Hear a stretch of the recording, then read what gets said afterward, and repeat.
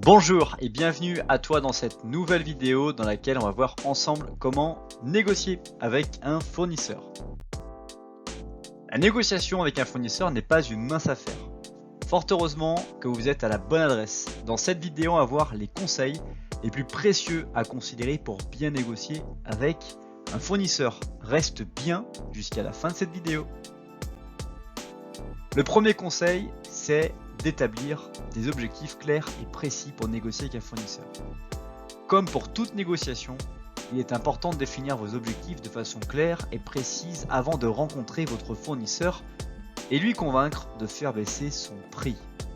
Parmi les objectifs que l'on doit se mettre en tête, il y a la baisse du tarif, la livraison dans les délais, les facilités de paiement, la qualité des produits, et enfin la disponibilité d'un service après-vente. Trop souvent, les négociations vont se focaliser sur le prix, alors qu'il y a des à côté extrêmement intéressants à négocier, comme par exemple la qualité d'un service après-vente, une extension de garantie qui vous permettront de pouvoir avoir davantage de frais réduits sur une longue période. Parce que très souvent, il y a le prix à l'instant T que l'on va payer, et puis le prix dans la durée qui parfois est beaucoup plus important sur la durée que le prix à l'instant T. Donc des fois il vaut mieux payer légèrement plus cher ou en tout cas bénéficier d'une plus grande disponibilité d'un service après-vente et une meilleure qualité de service après-vente plutôt que de faire descendre le prix de quelques euros. Autre astuce pour bien négocier avec un fournisseur, c'est de le comprendre. Pour négocier avec un fournisseur, il est indispensable de chercher à faire bien connaître et apprendre la valeur que votre société représente pour lui. Quelle valeur vous avez pour lui et donc comment il va faire affaire avec vous. Grâce à ça, vous aurez toutes les chances de le convaincre. Dans le cas contraire, la négociation ne sera pas une mince affaire. S'il s'agit de votre seul et unique fournisseur, sachez que la mission ne sera pas facile. S'il est un nouvel arrivant dans ce marché ou qu'il n'a plusieurs concurrents, vous serez dans une situation de force.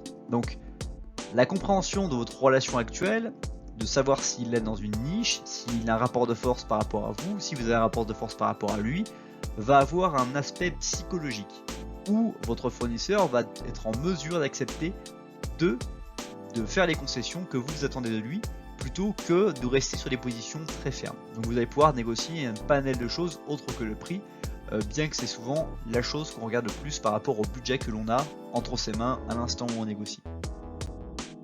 Autre astuce pour bien négocier avec un fournisseur, c'est d'avoir une bonne stratégie de négociation. Une bonne stratégie, ça se prépare. Pour convaincre le fournisseur de faire baisser son prix, vous livrez dans les meilleurs délais, on vous conseille d'avoir une stratégie bien claire en tête. Avant de le rencontrer, écrivez les axes de stratégie dans votre agenda pour ne rien laisser au hasard.